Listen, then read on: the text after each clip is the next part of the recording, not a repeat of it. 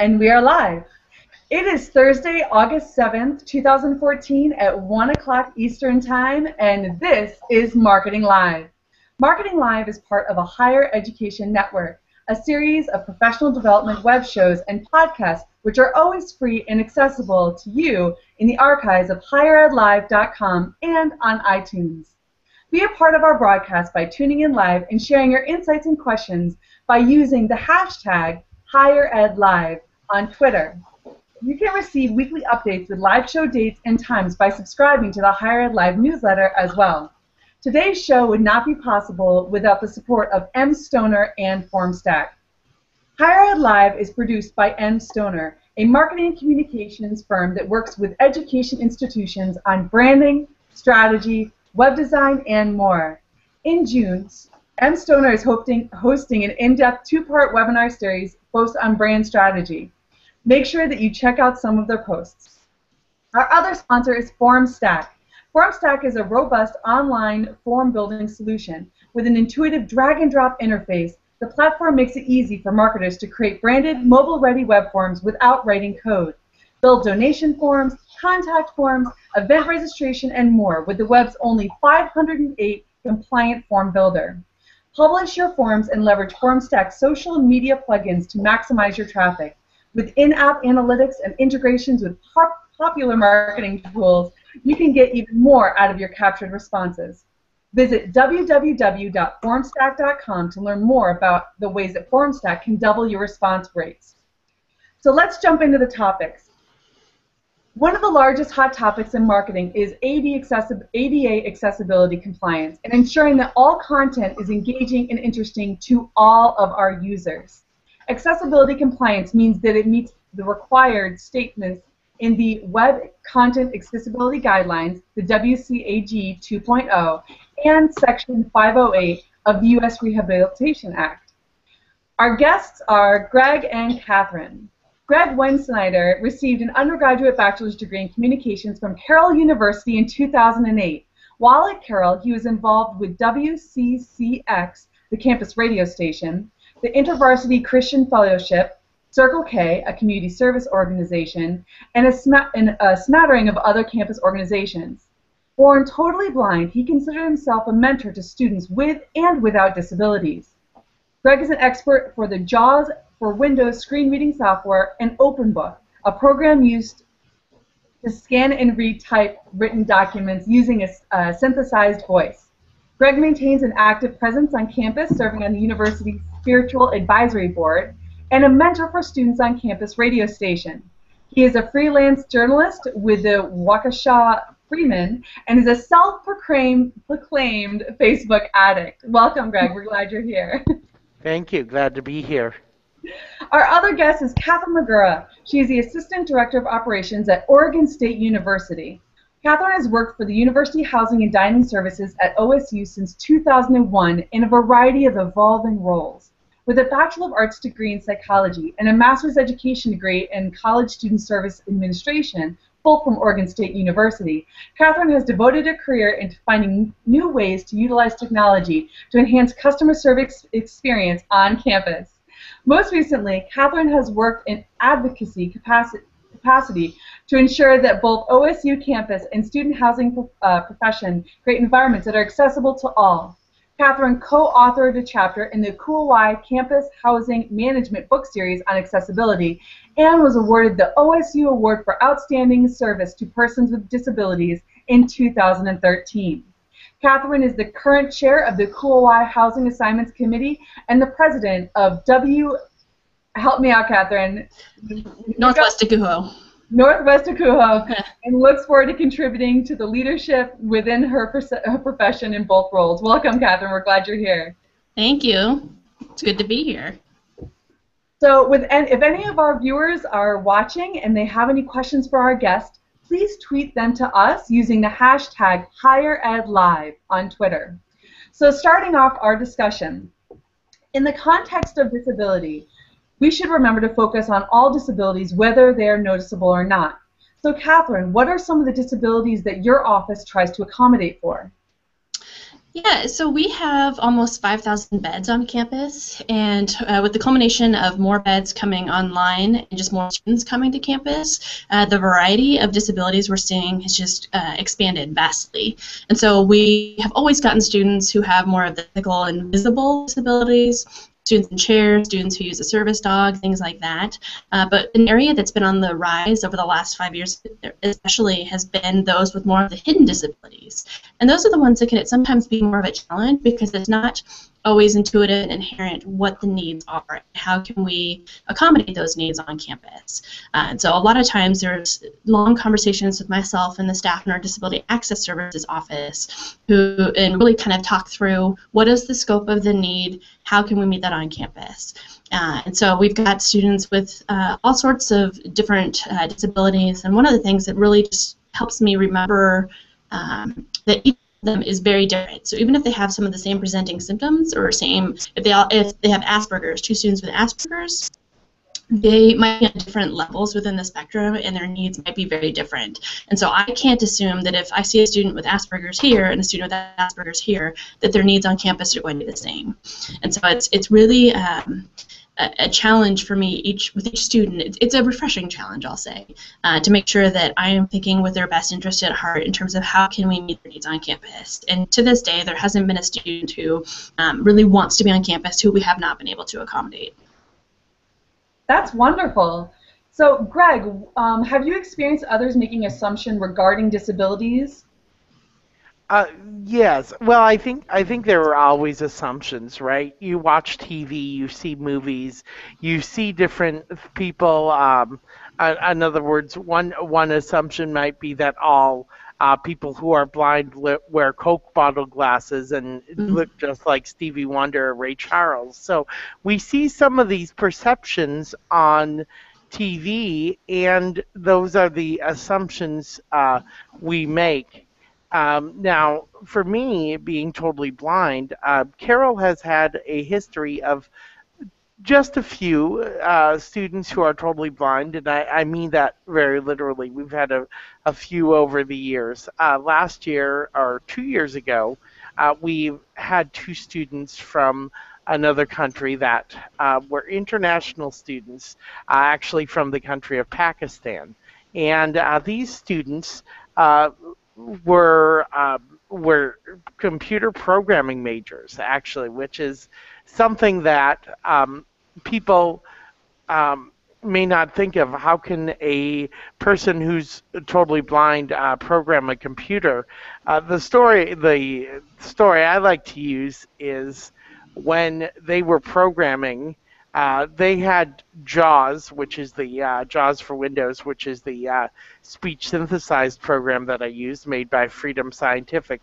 They had it speaking faster or more quickly than I do, and English is not their native language. They had it speaking in English more quickly than I do as a native English speaker. So I think Kathryn's totally right when we say we can't just look at someone who's disabled and make a blanket statement like they're going to act that way. They're going to act a certain way. So sometimes I like to say, and I'm sure we've all heard this in the disability community, that disabilities are just differing abilities. I like that a lot. That's excellent. And both of your points on making sure that we're not, diving into those stereotypes and that we're being respectful of everybody's needs and what their wants are. I think that's absolutely phenomenal. So let's talk a little bit about the accessibility tools. So some of the ones that there's always new ones that are coming online from what I understand. So Gregg, you talked a little bit about JAWS. So what are the different types of web and digital tools that you know of to help those with disabilities? Well, it's really great because a lot of and I know we're going to talk about social media a little bit later in the conversation, but a lot of the tools on the internet, speaking of web, are available in a mobile format. So, in other words, if I go to m.facebook.com, that's a lot easier to use than the regular going to the regular Facebook with frames and uh, and things like that, and possibly some flash built in. Same thing with Twitter, same thing with Foursquare. Um, so so those are just some of the social media things. But I like to use a lot of websites that are screen reading accessible, and I use the screen reader accessible versions of websites. For instance, Gmail, Google Docs.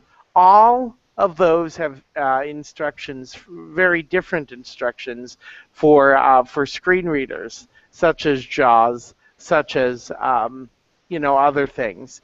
There's also a program, if I may, just real quick. There's a program, several programs.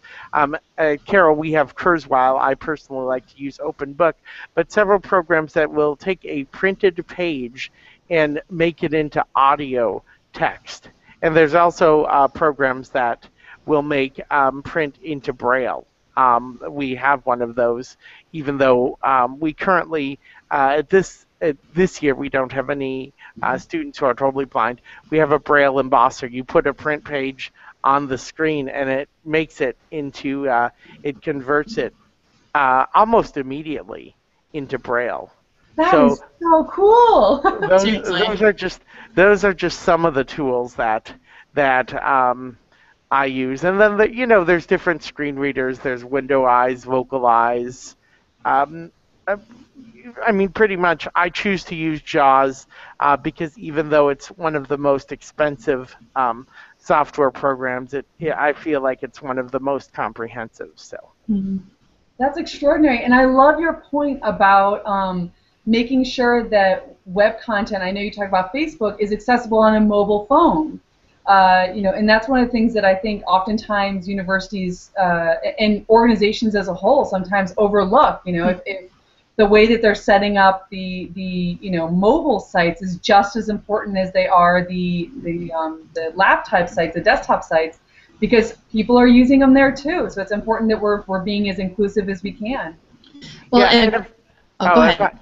If I can just clarify real quick, you can use m.facebook.com as the mobile web version on the internet even, and that gives you a more screen reader friendly experience. Mm-hmm. And I was just going to say too that a good website doesn't need a mobile version. A good website will work in whatever platform you're wanting to use it in, and that's something that our IT staff have really kind of honed in and gotten ingrained in my head. We don't need all these fancy flash apps and everything on a website. You should make it somewhat simple and intuitive enough that that it can be seen in whatever platform that you're using. Because if you think about it, our students aren't necessarily using a home computer anymore. They're using an iPad, they're using an iPhone, they're using a Samsung Galaxy. Don't want to give all the credit to Apple, but they're not using necessarily the same infrastructure that we're used to. And so if we don't at least think about that when making these apps or these websites, then we're going to either have to duplicate our work and make a mobile site or make one that's going to work for everything.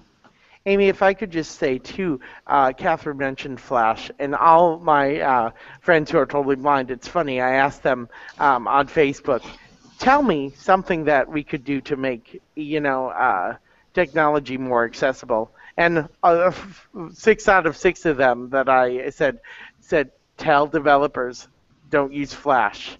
Flash is for whatever reason the enemy of screen readers. It's got its good points, right? But it's not screen reader friendly.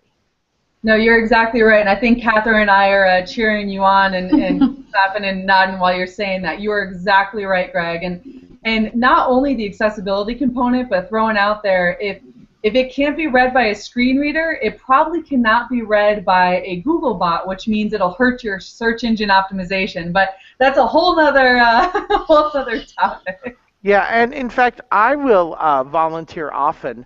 People will give me their website address before they launch it, and I will volunteer, and I'm sure there are others too. Mm-hmm. I'll volunteer to beta test it as a person who's blind.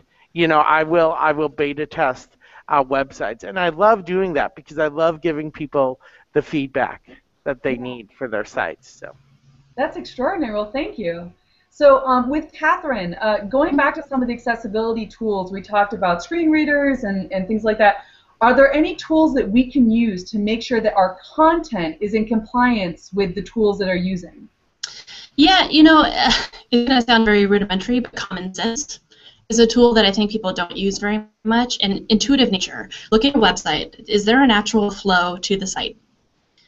Is someone who is outside of my organization going to know how to get from point A to point B or find the information that they're looking for on the website? If someone who it does not have a visible disability can use the website, then it's probably going to be accessible via a screen reader. It's probably going to be it's going to be something that someone who's colorblind can see the different color contrasts. And so it's really taking a few steps back, kicking off those fancy flash this and that and doodahs and jigamaroos, whatever you've got on the site, and just keeping it somewhat basic. And I say basic, honestly, that's not sexy. That makes it less sexy as web design. But you have to think about really reaching your broad audience. I approach accessibility issues from a social justice perspective in terms of it's something that needs to be the content we're providing, the services we're providing need to be accessible to everyone. And if you think about it from the universal design perspective, our websites are really out of compliance and they're not accessible to a lot of people. Again, making something as simple as a website that can easily be browsed on a mobile device helps you reach your greater audience. And so one of the things that we often do here, and just to add a caveat, I am not a web designer. I am not in marketing in our office. I'm the one who hears from our customers a lot. So I'm always the one going down the hall to our marketing staff and saying, hey, people are confused by this on our website, or our disability access services say that this area is not compliant. We need to relook at this. So I'm always that annoying person, the person on the shoulder saying, we gotta fix this, we gotta look at this. But in my time, having spent a lot of time with student with disabilities and other people with disabilities, and just Joe student who needs to use our website and can't find anything, it really just needs to be more basic, and you need to have more information in terms of how to navigate the screens, but actually less words on the page, if that makes sense. The color contrast is something I just spoke to briefly, and that's something we really don't think about much. But there are a lot of people who are either colorblind or have other visual impairments where they can't see the contrast. And so if you've got white writing on an orange background, depending on the shade of orange, they're not going to be able to read that. If you've got an elderly parent who's got a student coming to college, they might not be able to read that either. And so thinking about the broad perspective of what we're trying to do and the audience we're trying to reach, we really need to be thinking about that. And then it's, again, just because I don't do the web content and I don't have to know all of the law, not knowing the laws is no excuse not to follow them or being compliant with the laws. Not knowing the law or being aware of the changing laws won't protect you from getting a lawsuit. It won't protect you from, it won't help your students use your site any better.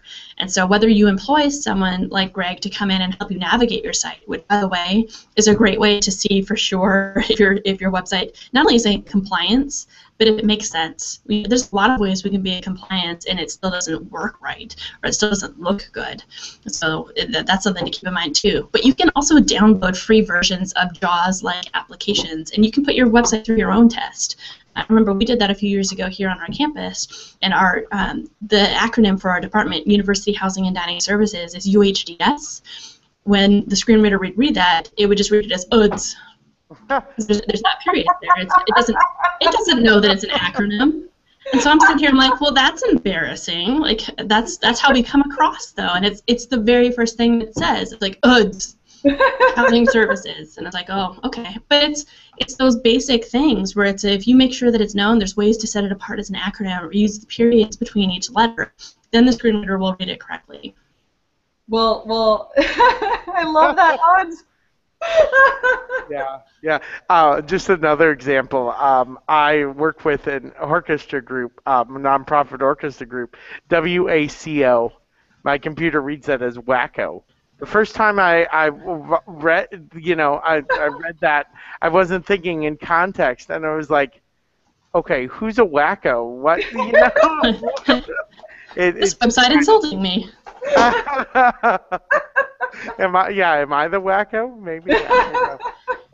I need to plug in my laptop. Apparently my battery's about to die, so don't mind me. That's your thing. Well, and one of the points that I love that you bring up, Kathryn, is that we need to look at the varying levels of accessibility, and the WCAG 2.0 guidelines and the 508 compliance guidelines, they don't just talk about making websites accessible to folks with screen readers. They also talk about folks that are colorblind, or folks that need to make sure that things aren't flashing on the screen too quickly. Also, a best practice is to go forward and make sure all of your content is no higher than a second grade level. Because you want to make sure that everyone can understand, and maybe the students going to college, but maybe their parents or their grandparents or their family members that are looking up some of this information, maybe they don't have as high of a degree. So it's important to make sure that we're being cognizant of all different levels of accessibility when building content, and and that we're aware of the different languages that we're using too, and making sure we're not calling people wackos. So yeah. And language is a big thing. Language is huge, because what if English is the second language?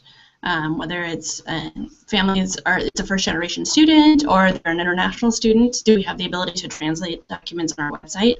So again, thinking about it, that global perspective of our accessibility. Excellent. So let's talk a little bit more about websites. So websites are one of the most intimidating areas to ensure that we have accessibility compliance.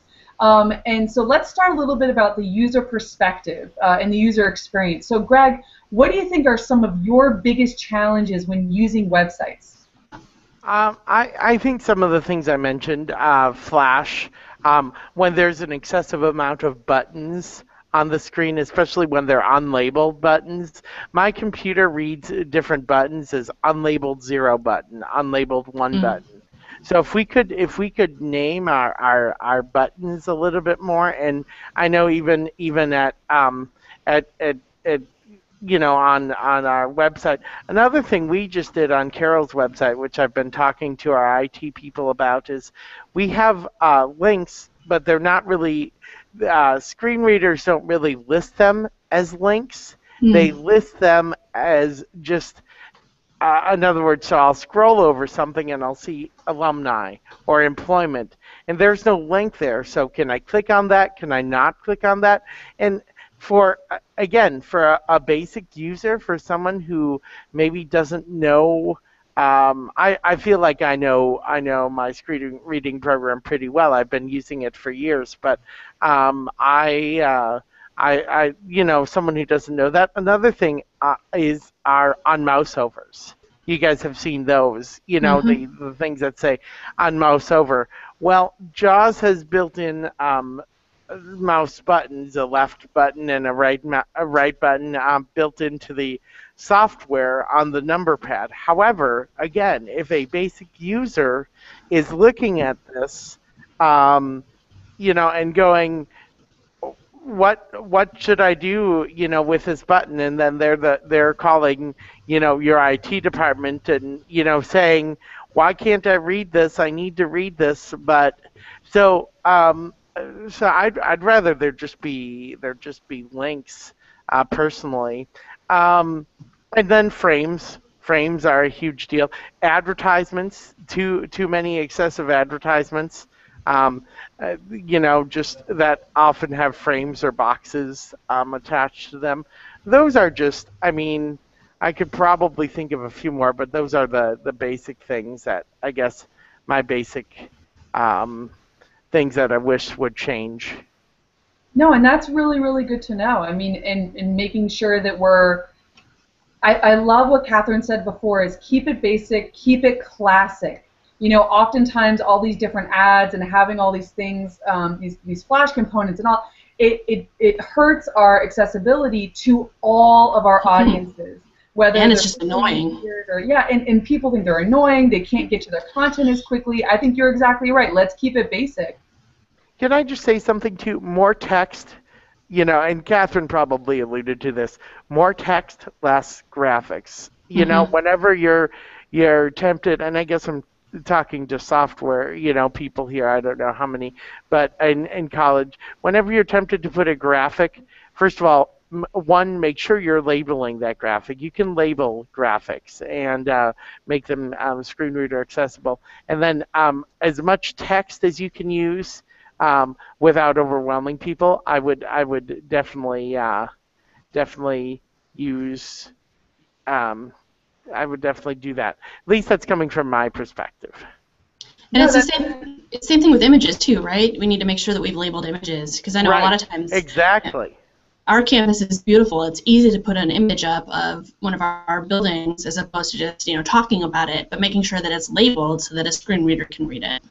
Kathryn, Carroll is the most beautiful campus. Oregon State can't be as beautiful as Carroll. I'm sorry. Oh, no, you got to come visit to find out for yourself. Oh, I guess I do. No, I believe that your campus is beautiful.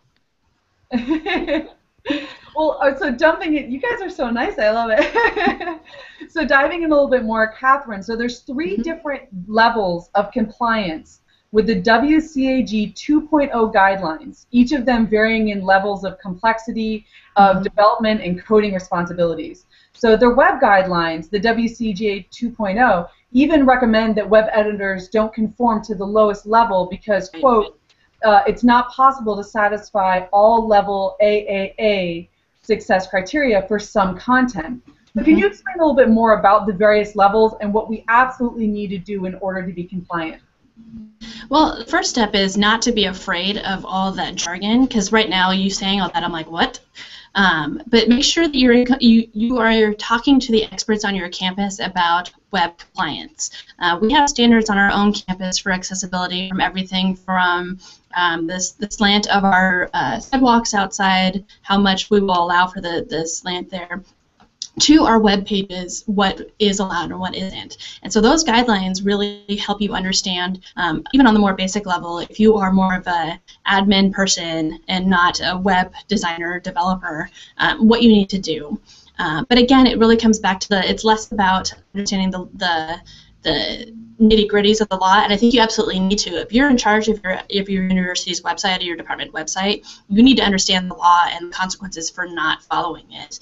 But make sure you're testing things. It's amazing. We'll put these new websites together. We'll go through a redesign process for our website, but then we won't test it for accessibility. Well, if you don't test it for the accessibility, guess what? You might have to redo it all over again. So redoing something that you've redone is really neat. Said with sarcasm, just to clarify, but making sure that you are really looking at those guidelines from every perspective. And I think I'm talking a little bit around the issue, but I think it's more basic than having to read through all of the laws and understanding the legalese of it, but just making sure you understand how your campus is following that. And if for some reason your campus isn't, then it really should be you raising the red flags on why it's important. And I think about with our website, we've been using Drupal, and at times Drupal can be challenging from the accessibility perspective because it makes the the editing for content easier, but often that messes with the formatting that will therefore make your screen readers will make them challenging to read the site, or it will just change other elements to it and then just completely negate the work that you're trying to do. And so it's really sitting down with those experts on your campus. And I hope that answers the question enough. No, I think that's extraordinary. And every university I've spoken with has had some type of accessibility expert, especially when it comes to the web.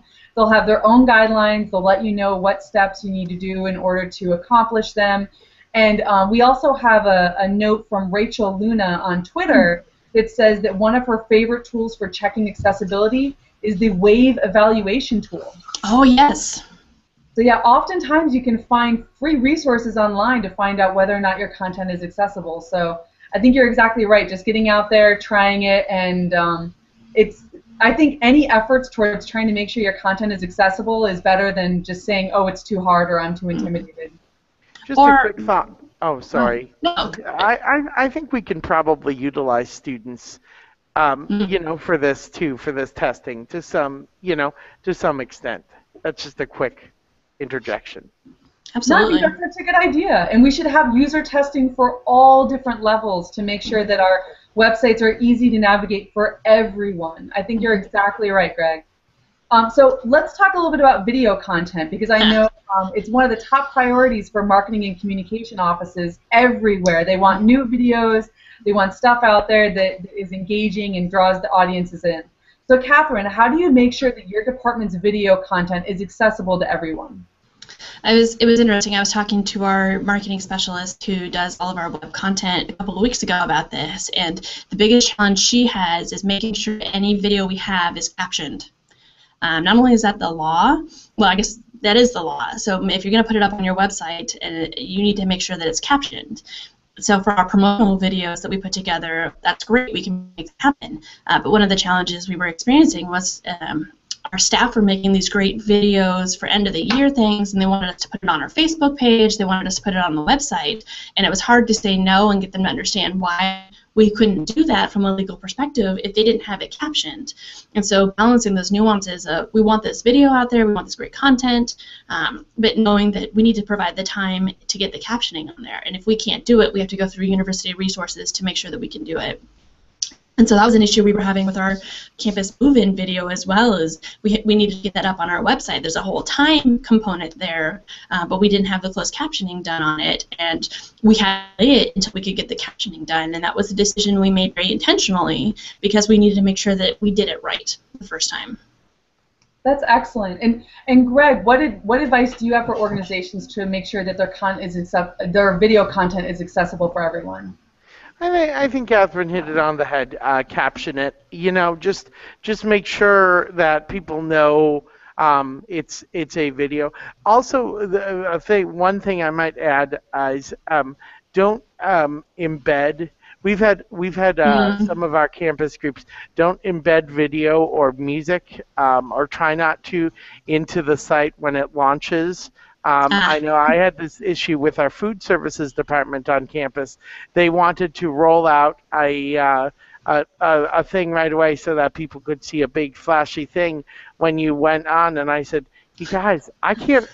This was when I was a student. I was like, I can't read the lunch menu, and I don't know if you guys can see my frame, but I need to read the lunch menu. Okay, so no, but I called Scott, our food service director, who's probably watching this now, and I said, we need to look at this. We need to, for the students with disabilities who have screen reading technology, we need to do this differently. So, and they took the music off right away. So, yeah. It's also just annoying when you go to play a video and this loud song starts playing in the background, and if you're in your office, everybody's walking by. What are you doing? You're working. Especially if it's a song that you don't like, right? Exactly. Well, and I love your point. God help anybody that tries to keep me away from my lunch menu too, Greg. So seriously, I'm with you. The hanger is real. The hanger. So talking a little bit, I love the progression with the video content, making sure it's accessible, and especially on when we're sharing it on social media. That's one of the most popular things to do. So let's talk a little bit about that, because social media is one of the most prominent ways our students communicate. So Greg, you are a self-proclaimed Facebook addict. Can you tell us a little bit about your experience with using social media and how you think we can make sure that content is accessible to everyone? Well, it's interesting because I am a part of a campus group right now called the, and I'm sure once Student Affairs, who's watching right now, gets a hold of this, they're going to be like, nope, delete Greg. No, just kidding. But I work with the radio station and I work with some other groups on campus, so I like to make sure that those are being promoted. So I'm on a student group for new incoming freshmen. And a lot of times I see, does anyone have the same classes that I do? And then they post a picture of their schedule. On our new student, we have a new student Facebook page for the class of 2018, and they'll post a picture of their schedule. And I'm just thinking, if I were a student, if I were someone who couldn't read the picture, I'd feel kind of left out. So I think on social media, pictures are kind of becoming the in thing. I don't know if you guys agree with that, but everything, because they say a picture paints 1,000 words or whatever. So like, such an old song. But anyway, it's pictures are kind of becoming the thing to do on Facebook, and Instagram is popular with pictures, and I'm just saying let's take a step back. And the thing is, I don't know how you change that, like in a student group like that. I don't know how you encourage students to not post things that way. But often if I see, obviously not on this group, but if I'll see my friends post pictures on Facebook on their newsfeed, I'll actually comment, and I'll be like, I like the color hair of that cat, or whatever, and they're like, what? That's not a cat, that's my boyfriend, and they'll take me all seriously. But no, photo, that is my one thing with social media, is all the pictures and things like that. And if we can, get away from that a little bit, at least think before we post. Think about the audiences. If we are Facebook content managers, right, we want to think about the content we're posting before we, actually post a photo that maybe, a few of your students, even a couple of your students can't see. Mm-hmm. Well, I think that's such a good point. And let's say that they do want to post a picture, have a description underneath as to what it is. Right, exactly. Caption it. Mm-hmm. Again, caption, like Kathryn said, So I guess that would be my biggest thing. But I do find social media helpful, and I find by using the mobile web versions of applications like Facebook, Twitter, Foursquare, etc. Again, m.facebook.com, m.twitter.com. It really helps cut down, because there are no advertisements on those either. So no framed, no flash, things. So they're much more accessible. And so I don't know if that's what you were looking for, but that's. No, that's perfect. That's absolutely perfect. And I love your comment about no flash pop-ups. That's one thing that's driving me nuts on my phone right now is, when did pop-ups on a phone become a thing? We need to stop that altogether for everybody. Mm-hmm. It's just so annoying, my goodness. So, all right, so Kathryn, a little bit about social media. What do you think are some of the challenges in making sure all of our social media content is accessible to everyone? And are there challenges with different audiences? Yeah, I think kind of going off of what Gregg was saying, we need to lead by example. We need to put the content out there that we want to see others providing as well. So making sure that if we are putting videos there, that they've got the captioning that we need, making sure that if we have a picture that there's a description about it. But one of the things I want to make sure that we think about too is not relying solely on social media to get our message across, because not everybody is using social media or wants to get that information that way. And so social media is a tool and a resource for us, but it should not be the sole way that we provide information, so that we aren't losing an audience. That's excellent. That's a really good point. I want to make sure the speaker was working there. All right, yes, that's excellent. It's a very good point. Thank you. So emails. Let's talk a little bit about emails, the various forms of communication here, because this show is primarily about marketing and making sure that we're giving out the right information and we're attracting information to the, giving the information to the right folks. So emails are one of the most prominent ways that we communicate important information to our customers. I don't know about you guys, but there's oftentimes I'm getting 100 to 200 emails every day or two. So Kathryn, your office sends out critical information regarding housing assignments. How do you make sure that your content is accessible to everyone? Very simple way to test that is to change the format of your email to be text. To see how the formatting looks, what do things look like in it. It's definitely go back to the sexy. When you have the format as text, it looks boring, but it will show you really quickly if using this dash on there suddenly translates into something different when you change it to text. Taking all of the images out of them. One of the things that I've noticed is people have a lot of images in their signature lines now. That does not come across in a text format. Oftentimes it shows up as annoying attachments on an email as well.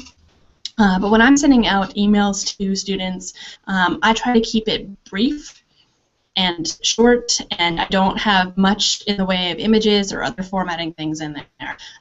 Again, talking about our IT staff, they're the ones who really drove in for me that I can have email look really awesome and have that, the web content type of email where it's got these nice borders around the content and these fancy looking bullets. Not everybody receives email that way. If they're receiving it in a text format, they might not see anything at all.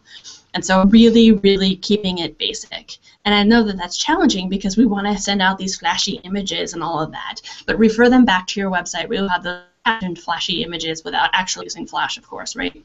But really, really, really keeping it basic. And thinking about it, too, if they're checking it on their phone, they don't want to see a lot of words. They want you to be brief and get to your point. And I think you're exactly right. I don't know if you guys have had this experience, but I've tried opening emails on my phone. I get one from Express Clothing, and I can't look at the content that they have on there. They've obviously built it for a desktop, but majority of the time I look at my emails, I'm looking at it on my phone. So by putting all those flashy pictures in there and trying to sell me, I'm not able to look at it, and therefore I'm not going to be buying as much as they probably want me to buy. So, so Gregg, so you're a very strong communicator with your broadcasting and your leadership skills. So what do you feel the communicators can do to better share information through emails? Personally, then this is just my personal bias. I'd rather send a Facebook message, than an email. I'd rather receive Facebook messages than receive emails. And again, that's just probably my personal bias. But a lot of emails that are, especially that are generated to a lot of people. I think Kathryn's right. Not as much reliance on graphics. We think they're cool, we think they're catchy, but really it's not not so cool when you can't read the email. I got an email today. We wanted to give you a coupon for a free, this is a frozen yogurt place that I go to. We want to give you a coupon for a free frozen yogurt. Look inside to see what you can get. I looked inside, all I got was graphics. Unlabeled graphics. Sad. It was just really, really exciting. And that honestly, that makes me want to, in a weird way, that makes me not want to read, read their emails and even go to the store to find out what the coupon is. I just really think, and I suppose then what I should do is email whoever is in charge and say, hey, don't use so many graphics in your emails. I couldn't, read your coupons. So I think there's a user responsibility in this too. If you can't read an email, let someone know, so that they know. Because how are people going to know? If you can't read a Facebook message, let someone know. Because how are that's a good way for them to know, and then they can maybe evaluate best practices and return to that. So I kind of I hope I like kind of just echoing what Kathryn said, not as many graphics, and just make sure we can read what you're trying to say to us so that we can get the Froyo coupons in the future. Again, you don't want us to be hangry. That's the theme of the show. Right, right. Well, and I think Kathryn hit the nail on the head. Is that be brief, get to the point, and get out all of this. Take out all the fluff that folks are adding. People are not interested in it. Give me the message that you think I need to know, and let me move on, because there's so many things that are being thrown at us on a daily basis. One more. If you actually get me to open the email and I can't actually look at the information, then I'm not going to be looking at your emails ever again. And it's going to hurt your brand. It's going to hurt my consumer perception of what your company is and what your organization is, because I can't use your information. So again, if you have any questions at all, you can tweet us on Twitter, #HigherEdLive. So jumping into a little bit of the website accessibility stuff, there's some things that I want to throw out to our audiences for them to remember from the WCAG 2.0 guidelines and the Section 508 guidelines of the U.S. Rehabilitation Act.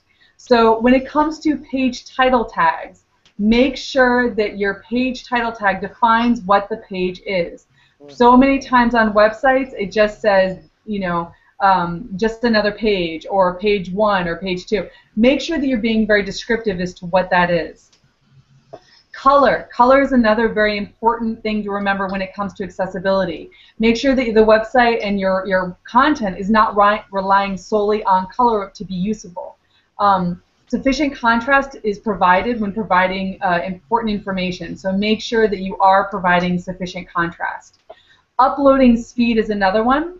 All pages should be designed to avoid causing the screen to flicker with frequency greater than 2 Hz and lower than 55 Hz to reduce the risk of optically induced seizures. So that's another thing to think about. Timing. Most every website that I've looked at has some type of banner in the top of the page. The user should have control over the timing of content if it changes and it's required to change. So this means that slideshows and banner ads should provide a tool to navigate through the images and content. And just like what Gregg and Kathryn have been saying, make sure that all of your images have the appropriate alt tags or descriptions underneath it as to what you're looking at. So as we're kind of wrapping up here, I want to give a shout out to Rachel Luna for doing an amazing job. She's been live tweeting during our entire session. So thanks, Rachel. Shout out. That's awesome. And to follow up with you guys, to wrap everything up, do you have any advice to colleges and universities on the key first steps to make sure that they're being as inclusive as possible?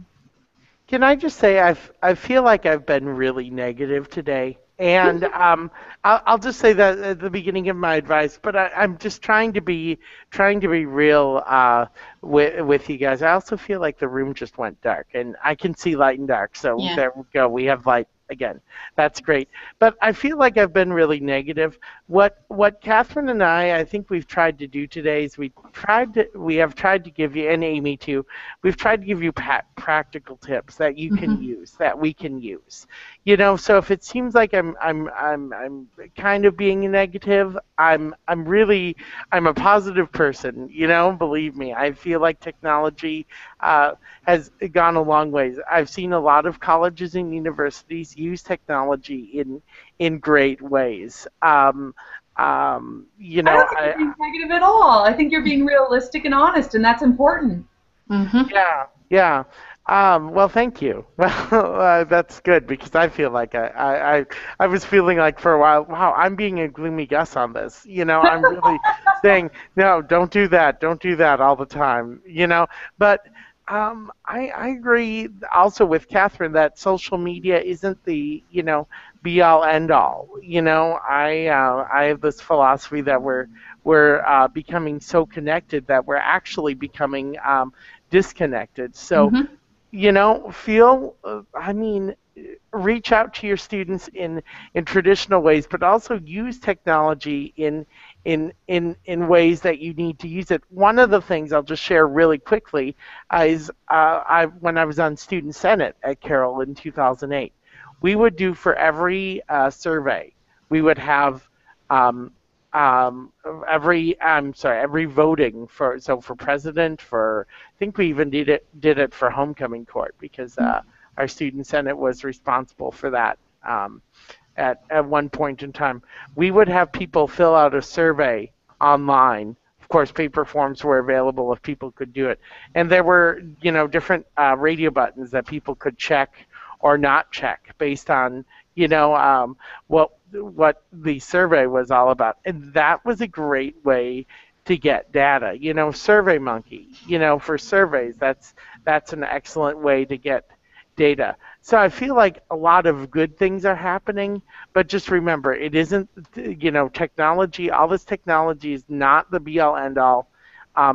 Use it for the good that it has, and just go go forward with it. And Amy, I just want to thank you for letting me share this opportunity. And Kathryn, thank you for letting me be part of the panel. And this has been a great discussion.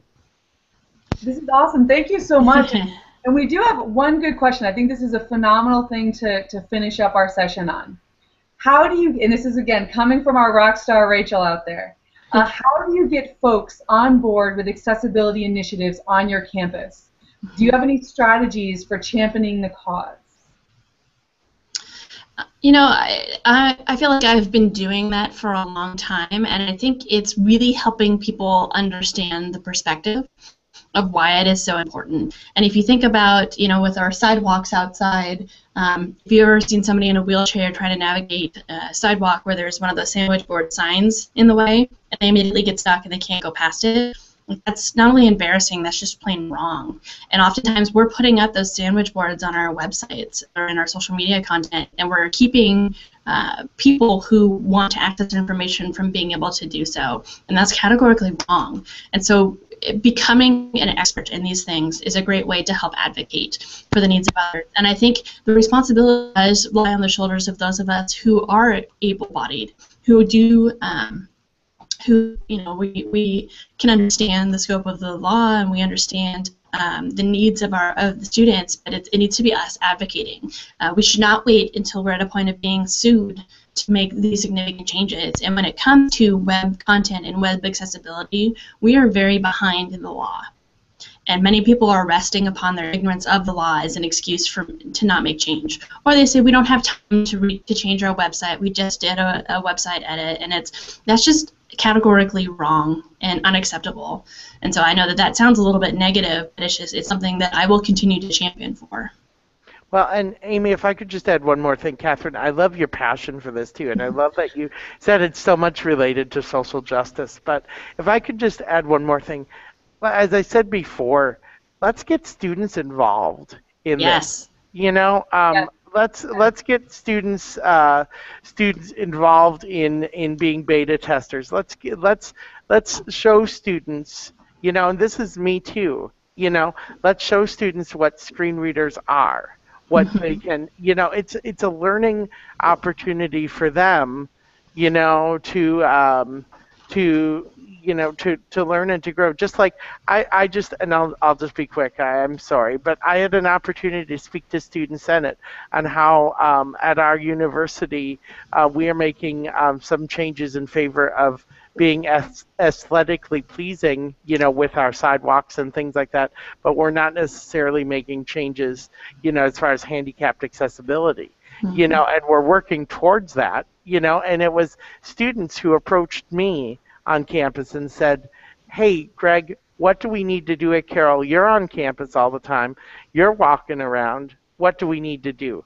And so opening up those conversations to students, let's let students be involved in making sure we have a friendly campuses that are open and accessible to everyone. And I love that point. It's so often people are I've sat in strategy meetings, or folks are like, oh, maybe we can do this, and maybe we can do this, and whereas those are absolutely phenomenal, sometimes the best thing to do is ask your customer what they want.